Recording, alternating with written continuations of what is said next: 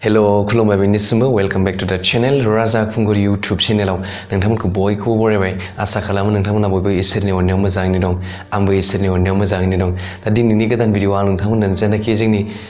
new education policy जानाखि भारतनि जोंनि इन्डियानि निउ एडुकेशन पलिसि बे ड्राफ्ट आरो बे अरिजिनेल अफिशियल बे जाथ'वाखै दा बे जागोनानो बेबायदिनो जाखागोन ओमफ्राय दा बे हिसाबै दा जोंनि गेजेराव माखासे बेले बेजे सोमजिदों बेथ' आगोलनो जों मिथिखाबायमोन बेखौ ओमफ्राय खिन्थु दा जोंनाव बर'फोरनि गेजेराव बेले बेजे जाफैनाया मैया दाख्लैनिसो जादों बेयो 5 मान्थसनि सिगाङावनो जाखादों बेयो जानाखि नैबे ड्राफ्ट बे जानाया दा बेयो जाहैबाय जों आगोलहाय जोंनि फरायनाया जेन'बा खालि नैबे हायार सेकेन्डारिसिमनिखौल' रायज्लायदों आरो बेयो थारमाने जोंनि आगोलनि एडुकेशन सिस्टेमा जाहैबाय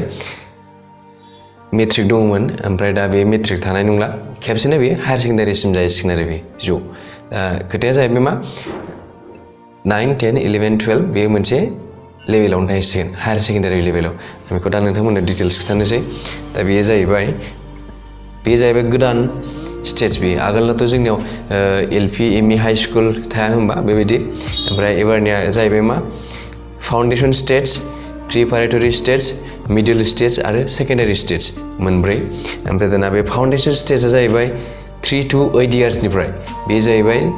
मा जागोन होनबा बाहाय pre primary plus grade 1 and grade 2 बे फाउन्डेसन स्टेजआव बे क्लासआ थाहैगोन pre primary plus grade 1 and grade 2 ओमफ्राय प्रिपारेटरि स्टेजआव जाहैबाय 8 इयार्स to 11 इयार्स ओल्ड दा बाहाय जाहैबाय ग्रेड 3 to ग्रेड 5 ओमफ्राय मिडल स्टेजआव जाहैबाय 11 बोसोरनिफ्राय 14 इयार्ससिम बे जाहैबाय ग्रेड 6 to ग्रेड 8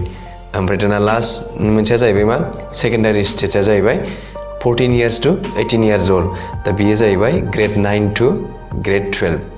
दा क्लास 9 निफ्राय क्लास 12 सिमा बे मोनसे खेबसेनो थाहैसिगोन बे जाहैबाय सेकेन्डारि स्टेज ओमफ्राय दा जोंनि बर'फोरनि गेजेराव जानाखि उल्थां फाल्थां बेले बेजे सोमजिदों होनबा बेयो जाहैबाय मा दा जोङो जोंनि बर' मिडियामजों जोंनि अन मादार टांजोंनो जोङो क्लास 10 सिम फरायनो मोनो ओमफ्राय मोनसेया जाहैबाय मा दा नोंनिफ्राय मा होनदों सेकेन्डारि स्टेजआ क्लास 9 निफ्राय क्लास 12 सिम जासिगोन एबारनिफ्राय ओमफ्राय जोङो क्लास 10 सिमल' बर' फरायनो मोनो ओमफ्राय दा क्लास आगोलाव आरोना दा जों जागासिनो जेरै दं दा जोङो दासिमाव जों क्लास 10 सिम बर' मिडियामजों फरायनो मोनो दा क्लास 11 निफ्राय ओरै गोजौआव जोङो इंराजि मिडियामजों इंलिश मिडियामाव जोङो फरायनांगौ जायो दा बे हिसाबै जोङो क्लास 10 नि उनावहाय बर' मिडियामखौ जों फरायनो मोना क्लास 9 निफ्राय खेबसेनो क्लास 12 सिम क्लास 9, 10, 12 बे सेकेन्डारि स्टेजसिम बर' मिडियामजों लांगोन ना लाङा बेखौ जोंनि बर' दैदेनगिरिफ्रा मिथिगोन बर' दैदेनगिरिफ्रा बिनि सायाव रायज्लायगासिनोबो दं जानो हागौ आं नुनायाव दा बिथांमोनानो बिनि सायाव डिसिसन लागोन दा आंनि बिथिंनिफ्राय आं बेखौनो बुंगोन लेंगुवेज आरो मिडियामजों जेबो सोमोन्दो गैया लेंगुवेज आरो नलेज बेयो गोबां डिफारेन्ट लेंगुवेजआबो आलदा आरो नलेजआबो आलदा बे मोननैजों जोङो कनफिउज जानो नाङा जाहैबाय नों फरायनाया नोङो जेखिबो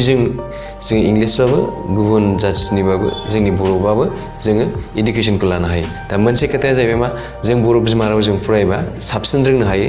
साबसिन बुजिनो हायो बेनो खोथाया जोङो जाय गावबा गाव बिमा रावखौ जोङो मोजाङै रोंगोन अब्लानाखि जों गुबुननि रावखौबो मोजाङै सोलोंनो हायो आरो जों बर' बिमा रावजों फरायोबा बांसिन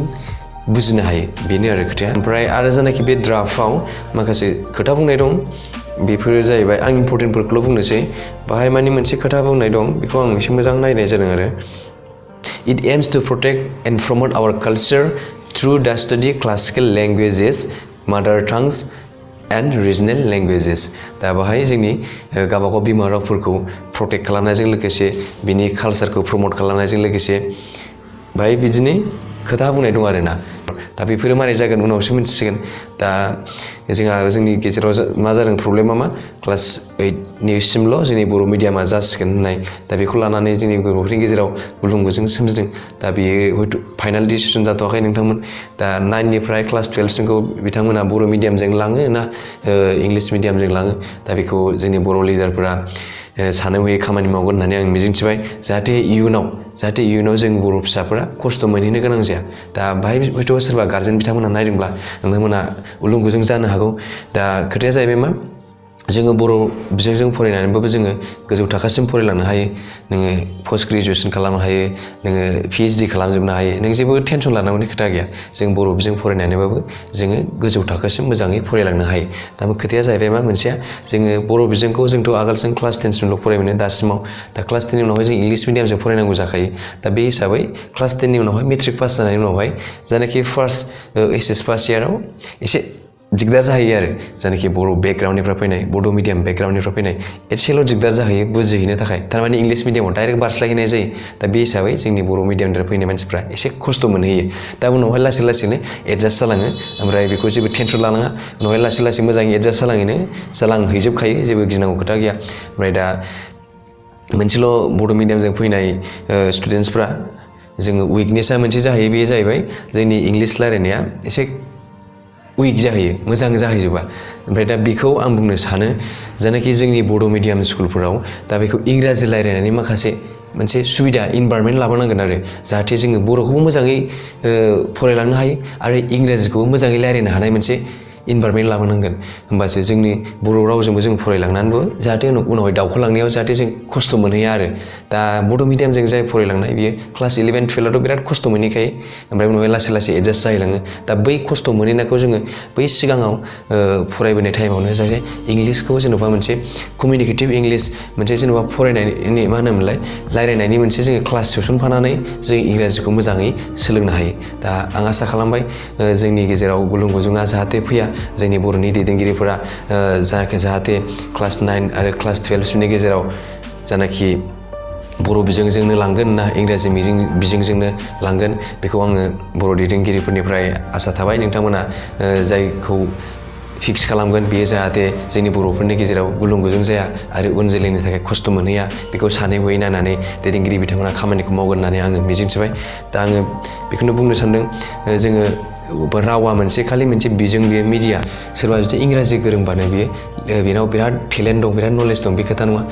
मोनसे लेंगुवेजआ जास्ट मोनसे बे राव नों बेखौ लेखा रोङाबाबो जों गुबुननि रावखौ सोलोंनो हायो दा इंराजि रावा जाहैबाय इंलिसआ मोनसे इउनिभार्सेल लेंगुवेज दा बे जोबोद इम्परटेन्ट जों बेखौ बयबो रोंनांगौ दा बेयो जोंनि नाम्बार 1 दा जों बेखौ बयबो रोंनांगौ मेन खोथाया बेनो जोंहा दा आं आसा खालामबाय बर' रावखौ जोङो जेरैखि जाया जों गोजौआव दैखोलांनांगौसो हायोबा नाजायोब्ला ओमफ्राय नाजानांगौ जों दा आं बेखौनो बुंनो सानदों जेखि जादोला दा जोंहा जोंनि रावखौ जेरैखि जाया जोंनि बर' रावा 8 शिडिउलाव सोसनजानाय राव दा बे हिसाबै जोंनि दस्रा गुबुन जाथिनि रावफोरा जेसेबां डेभेलप जादों जोंनि बर' रावा एसेबां मानि डेभेलप जायाखै दा बे थांखिखौ लानानैनो आङो नैबे इउटुब चेनेलखौ बर' रावजों खालामनाय जादोंमोन दा आङो बर' रावजोंनो आंबो लासै लासै डेभेलप जागासिनो दं नोंथांमोना सोरबा हयथ' जुदि साननो हागौ बर' रावजों जेबो डेभेलप जाया होननानै दा बर' रावजोंबो डेभेलप जायो नोंथांमोन बे प्रुफ नोंथांमोना जेनाखि आंनि चेनेलखौ जुदि नायबाय थायोब्ला मिथिगोन दा जों बर' राव बाहायनानै जों इन्टारनेसनेल प्लेटफर्माव जों खामानि मावगासिनो दं इउटुबाव दा जों इउटुबाव जोङो गुबुन हादरनिफ्रायसो रां खामायो बे जाहैबाय आमेरिकानिफ्रायसो दा बेखौ नोंथांमोना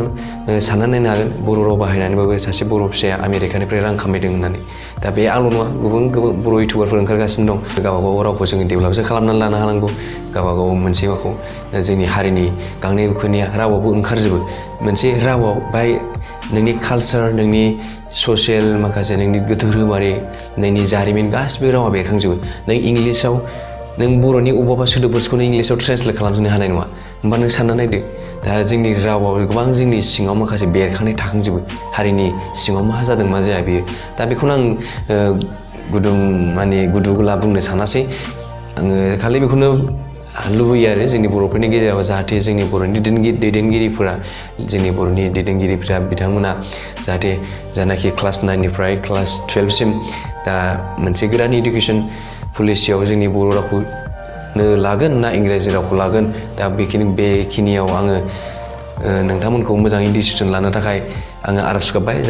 दा बेखौनो आं आसा खालामबाय दिनै भिडिअखौ मोजां मोनदोंबा नोंथाङा जुदि बेसिम भिडिअखौ नायदोंब्ला भिडिअखौ लाइक खालाम आरो नोंथांमोना जेसे हायो एसे शेयार खालाम जाहाथे बयबो बर' नैबे भिडिअखौ बयबो नुहैनो हायो दा आं दिनै भिडिअखौ बाहायनो फोजोबनाय जासिगोन गोजोनथों बयनिसिम बाय बाय